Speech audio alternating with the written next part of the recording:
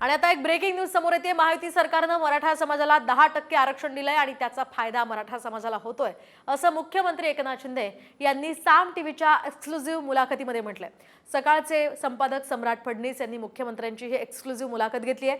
मराठा समाजाला आरक्षण देताना कोणत्याही समाज घटकावर अन्याय होणार नाही असंही मुख्यमंत्र्यांनी ठणकावून सांगितलंय। यामध्ये एक महत्त्वाचा मुद्दा येतो वारंवार, तो म्हणजे मराठा आरक्षणाचा। तुमच्या काळामध्ये जसं आधीच्या सरकारच्या काळामध्ये मोठं आंदोलन झालं होतं तसं तुमच्या काळामध्ये झालं, ते तुम्ही हँडल केलं। लोकसभा निवडणुकीला त्याचा थेट परिणाम दिसला। आत्ता विधानसभा निवडणुकीला मनोज जरांगे पाटलांचं आंदोलन, त्यांनी माघार जरी घेतली असली तरी त्यांचा असलेला प्रभाव, या मुद्द्याकडे महायुतीचं नेतृत्व म्हणून तुम्ही कसं बघता? बघा, आमची भूमिका स्पष्ट होती, कालही आजही उद्याही। आम्ही म्हणालो मराठा समाजाला न्याय दिला पाहिजे, आरक्षण दिलं पाहिजे, पण ओबीसी किंवा अन्य समाजाचं आरक्षण कमी करून नाही। आणि आम्ही विशेष अधिवेशन घेतलं, आरक्षण 10% दिलं, त्याचा फायदा मराठा समाज घेतोय।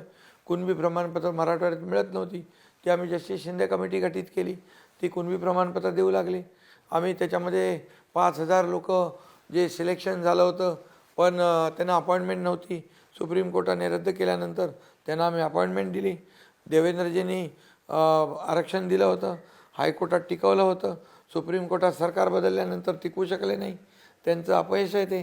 आणि सुप्रीम कोर्टाने सांगितलं या मराठा समाजाला सोशली आणि एज्युकेशनली बॅकवर्डनेस प्रूव्ह करा।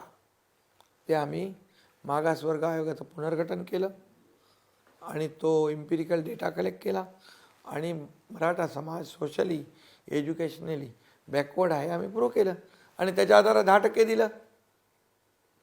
ज्यांनी द्यायला पाहिजे होतं त्यांनी आतापर्यंत फक्त मराठा समाजाचा वापर केला आणि त्यांना वंचित ठेवलं।